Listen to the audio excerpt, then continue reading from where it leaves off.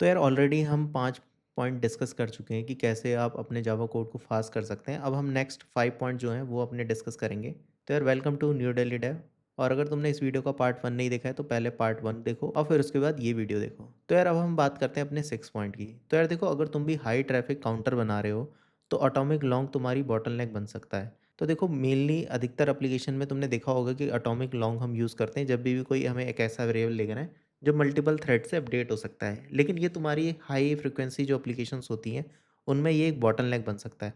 अब समझते हैं कि ये ऑप्शन स्लो क्यों होता है। तो देखो, एटॉमिक लॉन्ग में एक ही मेमोरी एड्रेस होता है और जब देखो 100 थ्रेड्स एक साथ उसे अपडेट करने की कोशिश करते हैं, तो बहुत सारे सीपीयू साइकिल वेस्ट हो जाते हैं क्योंकि सिर्फ एक ही थ्रेड उसे सक्सेसफुली हैंडल कर लेता है। अब होता क्या है कि जितने भी रेस्ट ऑफ द थ्रेड्स हैं उन्हें दोबारा रीट्राई करना पड़ता है और ऐसे-ऐसे करके सिर्फ एक-एक थ्रेड करके वो अपडेट होता है। लेकिन देखो, लॉन्ग एडर में ये प्रॉब्लम नहीं है। ये इंटरनली एक सेल एरे को मेंटेन करता है, तो थ्रेड जो है वो अलग-अलग सेल्स को अपडेट करते हैं, तो कोई क्लैश नहीं होता और ये लास्ट में सबको सम कर लेता है। चलो अब इसे टेस्ट करके देखते हैं कि एक्चुअली कितना फास्ट है। तो मैं ये टेस्ट रन करता हूँ और अब इसको देख के बताते हैं कि ये कितनी फास्ट चलता है।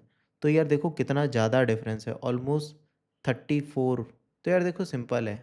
अगर तुम्हें एग्जैक्ट सीक्वेंस चाहिए जैसे आईडी जनरेशन, तो तुम एटॉमिक लॉन्ग यूज़ कर सकते हो। मतलब जहाँ पे थ्रेड उस डेटा को एक्सेस करेंगे। तो यार देखो, ऐसी जगह जहाँ पे तुम्हें डेटा एक्सेस ज़्यादा करना है बट अपडेट कम करना है, तो उस जगह तुम ये यूज़ कर सकते हो। लेकिन अगर तुम्हारे बहुत ज़्यादा राइट ऑपरेशंस हैं, तो हमेशा लॉन्ग एडर को ही यूज़ करो। तो यार अब आते हैं हम अपने नेक्स्ट पॉइंट पर, पॉइंट 7 पर। तो यार देखो, अगर तुम लूप के अंदर स्ट्रिंग डॉट मैचेस लिख रहे हो तो वो लिखना बंद कर दो, क्योंकि ये हर बार रेगेक्स को कंपाइल करके आपके सीपीयू साइकिल्स को वेस्ट करता है। तो अब समझते हैं कि ये एक्चुअली स्लो क्यों है, जो ये हमारा मेथड है ये स्लो क्यों है। तो देखो, जब भी तुम मैचेस को कॉल करते हो तो जावा इंटरनली हर बार उस रेगेक्स को पार्स करता है और एक फाइनाइट ऑटोमेशन मशीन कोड बनाता है। अब एक्चुअली प्रॉब्लम ये है कि जो ये ऑपरेशन है, जो रेगेक्स को कंपाइल करने वाला ऑपरेशन है, ये बहुत कॉस्टली ऑपरेशन होता है। लेकिन अगर ऑप्शन बी में देखो, अगर हम इसकी जगह ये करें कि जो हमारा रेगुलर एक्सप्रेशन है, हम उसे पहले से ही कंपाइल करके एक स्टैटिक वेरिएबल में रख लें, तो वो फिर जो ये कंपाइलेशन वाला टाइम है, ये हमेशा सेव होता है। तो अब इसे चला के देखते हैं कि ये कितना डिफरेंस आता है, तब तुम्हें आइडिया लगेगा कि एक्चुअली इतने छोटे से चेंज से कितना बड़ा फ़र्क आ सकता है। तो यार चलो, हम अपने इस सूट में जाते हैं और यहाँ पे इस टेस्ट को रन करते हैं।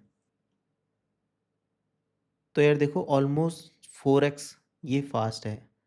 और अभी जो हमने ये रेगुलर एक्सप्रेशन बहुत छोटा लिया है, लेकिन अगर सोचो यही एक्सप्रेशन अगर बहुत ज़्यादा कॉम्प्लेक्स होता, तो ये टाइम और भी इंक्रीज़ हो सकता था। तो हमेशा जब भी तुम रेगेक्स यूज़ कर रहे हो तो उसे पहले से ही कंपाइल करके ही यूज़ करो, ना कि डायरेक्ट उसे एक्सप्रेशन की तरह पास करो। और मेनली ये लूप में तुम्हें हमेशा ध्यान रखना है।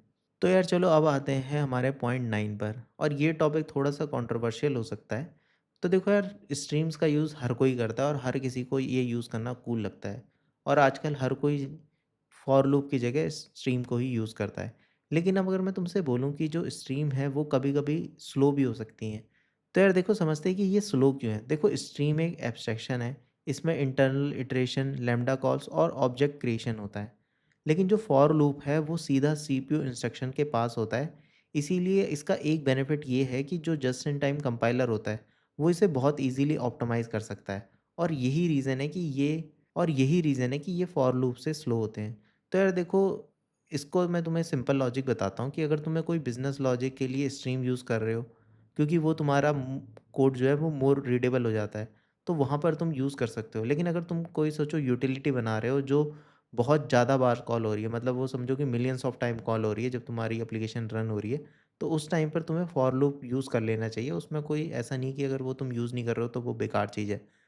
लेकिन अगर कोई कोड नॉर्मली है, मतलब तुम्हें लगता है कि रीडेबिलिटी तुम्हें ज़्यादा चाहिए, तो वहाँ पर तुम स्ट्रीम्स का यूज़ करो। अदरवाइज़ तुम फॉर लूप का ही यूज़ करो अगर तुम्हें फास्ट एप्लीकेशन क्रिएट करनी है। तो यार अब आते हैं 10th और अपने फाइनल पॉइंट पर। तो यार देखो, तुमने भी इफ एल्स की बहुत ज़्यादा लंबी चेन्स कभी ना कभी क्रिएट करेंगे, और मेनली अगर तुम्हें कभी कोई चेक लगाना है तो उसमें तुमने इफ एल्स की चेनिंग हमेशा करी होगी। तो यार जो ये इफ एल्स की चेनिंग है, ये भी तुम्हारे कोड को स्लो कर सकती हैं अगर ये कंडीशन बहुत ज़्यादा एग्जीक्यूट हो रही है। लेट्स सपोज कि तुम्हें कोई ऑब्जेक्ट चेक करना है कि वो किस टाइप का है, तो तुमने हमेशा ये इफ एल्स करके ही चेक करा होगा। अब समझते हैं कि इसमें प्रॉब्लम क्या है। तो यार देखो, जो इफ एल्स है वो हमेशा लीनियर होता है। अगर सपोज करो तुम्हारे पास 10 कंडीशन है और तुम्हारी 10th वाली मैच हो रही है, तो वो पहले 9 चेक्स फेल करेगा, फिर उसके बाद वो 10th में जाएगा और उसको चेक करेगा।